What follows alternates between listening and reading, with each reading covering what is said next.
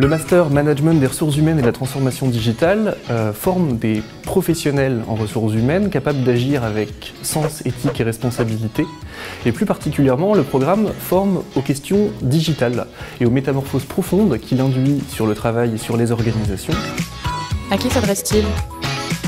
On est à la recherche de profils particuliers. On veut des étudiants suffisamment curieux de ces questions d'humain au travail et aussi suffisamment matures pour s'inscrire dans les types de pédagogie qu'on promeut, c'est-à-dire très actifs, très autonomes, avec un climat de travail à la fois détendu mais aussi ultra exigeant.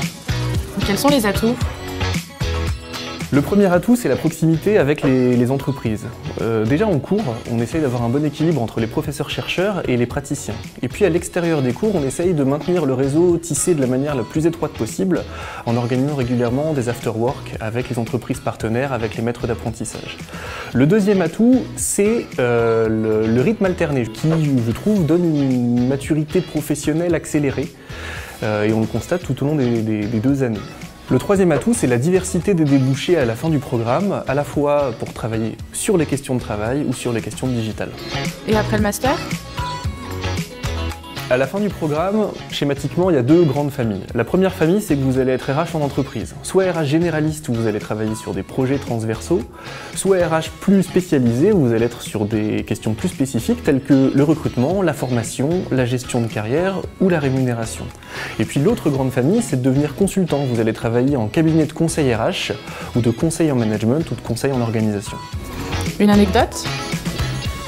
Une anecdote à propos des travaux que me rendent parfois les étudiants. Il y a quelques semaines, j'ai demandé aux étudiants de travailler sur un sujet assez complexe autour de la rémunération à l'ère digitale. Et alors ils ont décidé, j'avais laissé le livrable complètement libre, de me faire un clip de rap. Et vraiment, c'est très étonnant et très réussi. Un dernier mot ? Alors si vous voulez rejoindre un programme qui s'intéresse aux questions d'humain au travail, vraiment pluridisciplinaire, avec à la fois des sujets techniques et des sujets plus sciences humaines et sociales, on vous attend, n'hésitez pas. Dans des services RH, soit pour être RH généraliste, soit pour être RH un peu plus spécialisé, où vous allez vous intéresser Ah, c'est dommage, je l'avais bien dit. On peut faire, on va le voir, un certain nombre de métiers. Pas un certain nombre, ça veut rien dire.